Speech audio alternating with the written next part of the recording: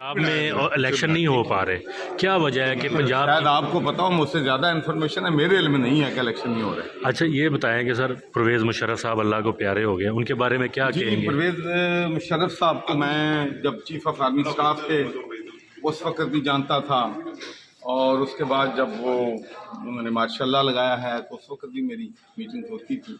तो मेरी दुआ है कि अल्लाह ताला उनको जन्नतुल फिरदौस में जगह दे और उनके लवाकीन जो हैं, रिश्तेदार हैं, उनको सब्र जमील। उनकी जो सियासी कैरियर था उसमें कोई ऐसा कारनामा आप समझते हैं कि जो मुल्क और कौम के लिए उन्होंने किया हो और सारी ज़िंदगी वो याद रखा जा सके?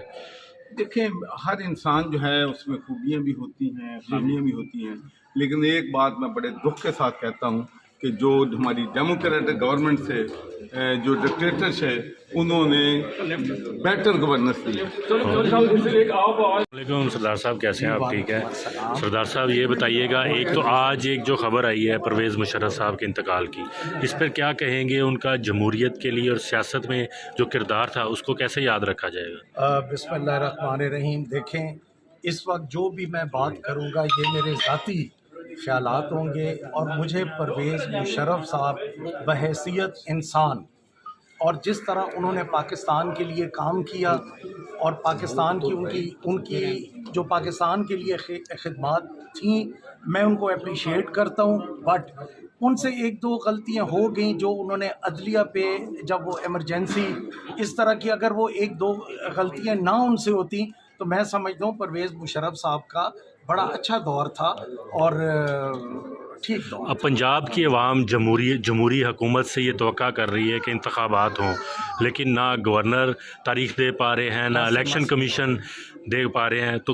पंजाब का मुस्तकबिल क्या है सर? अब आप ये देखें, ये अच्छा सवाल आपने किया, और ये सोचने वाली बात है कि जो नेशनल असम्बली के ज़िमनी इंतखाबात हैं वो इलेक्शन कमीशन करवाना चाह रहे हैं, 33 सीटों के हों या 32 सीटों के या 31 सीटों के, वो इलेक्शन कमीशन करवाना चाह रहे हैं, बल्दियाती सुनह करवाना चाह रहे हैं, और जो असम्बलीज़ आपने पंजाब या केपी डिज़ोल्व की हैं वो असम्बलीज़ के इंतखाबात नहीं करवाना चाह रहे।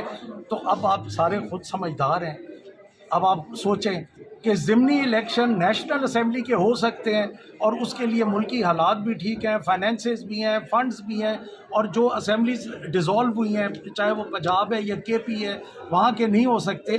तो ये बहुत बड़ी आपने जो ख़त लिखा था इलेक्शन की तारीख के वाले से, उसका भी जवाब आया? मैंने जो अब आखिरी ख़त लिखा है गवर्नर साहब को कि खुदा के लिए आप आइन को अपनी मर्ज़ी के मुताबिक मत पढ़ें, जो आइन में लिखा हुआ है उसके मुताबिक पढ़ें, उसकी तशरीह सही तरीके से हो तो वो तो आप लीगली बाउंड हैं, आपने तारीख देनी है।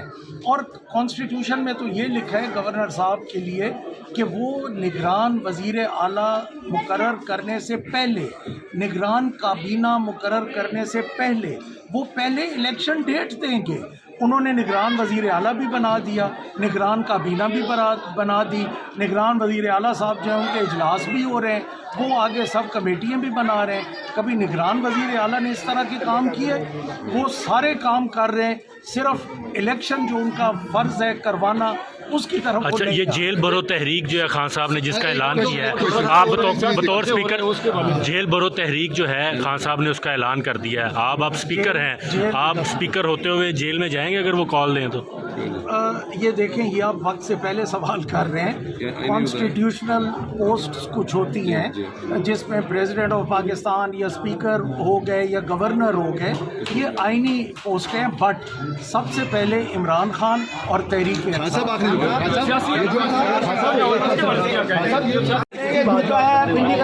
आर्टिकल 6 की आप बात करते हो कि इनके आर्टिकल 6 से लगना चाहिए कि 90 रोज़ में ना, तो जो अदम इत्मीनान के दौरान फैसल सुनी ने किया, जो असम्बली को उसमें भी आर्टिकल 6 लगना चाहिए। प्लीज़ ब्रदर, आर्टिकल 6 को मजाक ना बनाए, जहाँ लगना चाहिए वो सबको पता है कि कहाँ लगना चाहिए, और जहाँ नहीं लगना चाहिए तो वहाँ ना लगा।